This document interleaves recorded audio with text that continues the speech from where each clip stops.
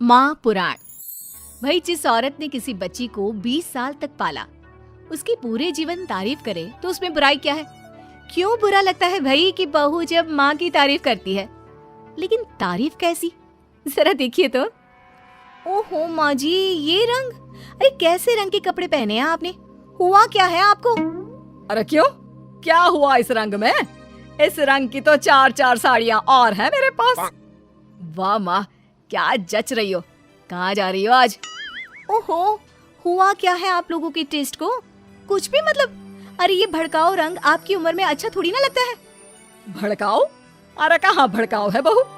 वैसे तुझे याद होगा, तेरी शादी में तेरी माँ ने भी यही रंग पहना था, जबकि वो तो मुझसे भी बड़ी ही है।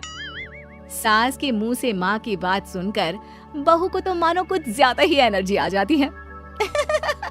कैसी बात कर दी माँ जी, मेरी माँ से तुलना छोड़ ही दो आप। क्यों, क्या वो तुलना करने के भी लायक नहीं है बहू? नहीं, बिल्कुल नहीं। उनकी तुलना करनी है तो ज़ीनत अमान से करो, मौसमी चटर्जी से करो, या किसी और हीरोइन से करो, लेकिन आपसे कभी नहीं। ये कैसी बात कर रही हो तुम माँ से?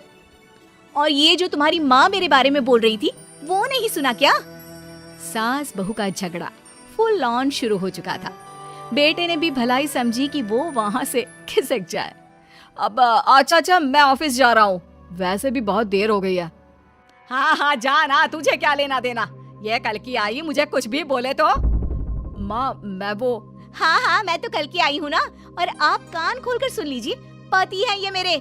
ऐसे ही माँ का पक्ष लेते रहे ना तो कल की आई कल को चली भी जाएगी। अरे मैं वो। तभी बेटे का फोन बजता है। थैंक गॉड, सही वक्त पर फोन बचा।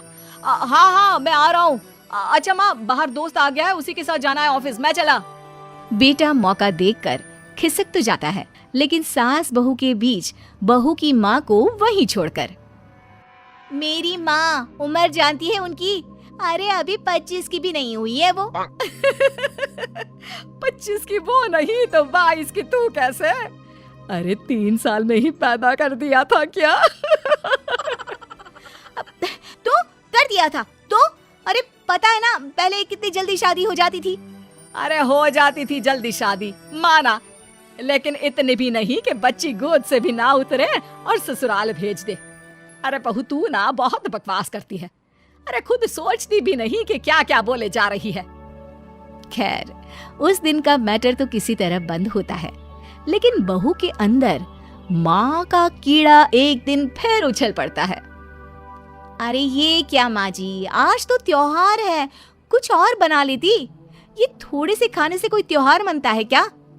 अरे देखो क्या क्या नहीं है, गुलाब जामुन, दही बड़े, 5 तरह की सब्जी, और तो और पुलाव, रायता। और माँ ये क्या है? बेटा ये घेवर है, देसी घी के घर पर बनाए हैं मैंने। टेबल पर रखने तक की जगह नहीं है। माँ इतना कुछ बना लिया। सही बात है, जिसके घर पर इतना सही बन जाए उसके लिए तो यही बहुत है। एक मेरी माँ को देखो, अरे त्योहार हो या आम दिन, इतनी वैरायटी बनाती है कि पूरे घर की जमीन कढ़ाई, कुकर और कटोरी से ही भरी रहती है। कम से कम 75 तरह का खाना बनाती है, 75 तरह का। सास बोलने ही वाली होती है कि बेटा माँ को शांत रहने का इशारा करता है, लेकिन सास तो भाई सास होती है, कहाँ मानने वाली। अच्छा तो ये बात है, तो बहू जरा ये भी बता दे कि इतना खाना वो कितने दिन में बनाती है और खाता कौन कौन है? बहू जिसके फेंकने की सारी सीमा खत्म हो चुकी थी। खाता? अरे पूरा मोहल्ला खाता है, और माँ ये सारा 75 तरह का खाना सिर्फ और सिर्फ 10 मिनट में बनाती है। अब बताओ, कर सकती हो क्या तुलना मेरी माँ के साथ? बड़ी आई। नहीं बहू, मैं तो मान गई तेरी माँ को। अरे 3 साल की उम्र में बच्चा और 10 मिनट में पूरे मोहल्ले के लिए 75 तरह का खाना। ना जी ना, मैं तो तुलना करने का सोच भी नहीं सकती। सास के मुंह से ये बात सुनकर बहू तो मानो 7वें आसमान में पहुंच जाती है, और सास को बातों बातों में हराना, और वो भी जब सास झुककर इस बात को मान ले, ऐसा तो किसी भी बहू की जिंदगी में हो जाए तो। लेकिन जैसा कि हमने पहले भी कहा था कि सास सास होती है। सुन बेटा, ये बहू के साथ रहना और इसकी फालतू की बकवास सुनना, अरे मेरे तो कान खराब हो रहे हैं। ऐसा लगने लगा है जीवन में मैंने तो कुछ किया ही नहीं। अरे माँ, तू भी कहाँ उस पागल से तुलना कर रही है? जाने देना, तू तो खुद समझ रही है ना उसकी बात का मतलब। अरे हाँ बेटा, वो तो है, लेकिन फिर भी मैं चाहती हूँ कि तू इसकी माँ को यहाँ बुला। वैसे भी कई साल हो गए हैं उनसे मुलाकात नहीं हुई। अरे जाने देना माँ, ये एक ही कम है क्या जो तू उसकी माँ को भी यहाँ बुलाने की जिद कर रही है? मेरा भी तो सोच, काम करना पड़ता है मुझे। नहीं नहीं माँ। लेकिन माँ की जिद के सामने बेटे की एक नहीं चलती और वो सास को फोन कर देता है। उधर बहू लगी पड़ी है। मेरी माँ तो अपनी बहू के पैर दबाती है, पता है आपको? अरे बस कर बहू, अब नहीं सुनी जाती तेरी माँ की तारीफ। अरे बहू के पैर कौन सी सास दबाती है? यही तो बात है मेरी माँ की, मेरी माँ दबाती है। बहू अभी भी माँ की तारीफ कर रही थी कि दरवाजे पर खड़ी हो जाती है बहू की माँ। तुम कैसे माँ? हाय रे, मेरी बेटी हकली हो गई। कैसे बेटा? अरे चुप कर माँ, ये पूछ रही हूँ कि तूने ना फोन किया ना चिट्ठी। अरे बता तो देती कि आ रही है। अरे अब आ गई है तो अंदर बिठा, चाय पिला। क्यों बहन जी, कोई तकलीफ तो नहीं हुई ना आने में? तकलीफ? अरे पूछिए क्या नहीं हुआ। उम्र इतनी हो गई है कि चला नहीं जाता। बहू को बोल बोल कर हार गई कि तेल गरम करके मालिश कर दे पैर की, लेकिन नहीं। सास बहू की ओर देखती है। अच्छा माँ, चल फ्रेश हो जा, मैं खाना लगाती हूँ। बहू खाना लगाती है। सभी बैठे होते हैं कि बहू की माँ।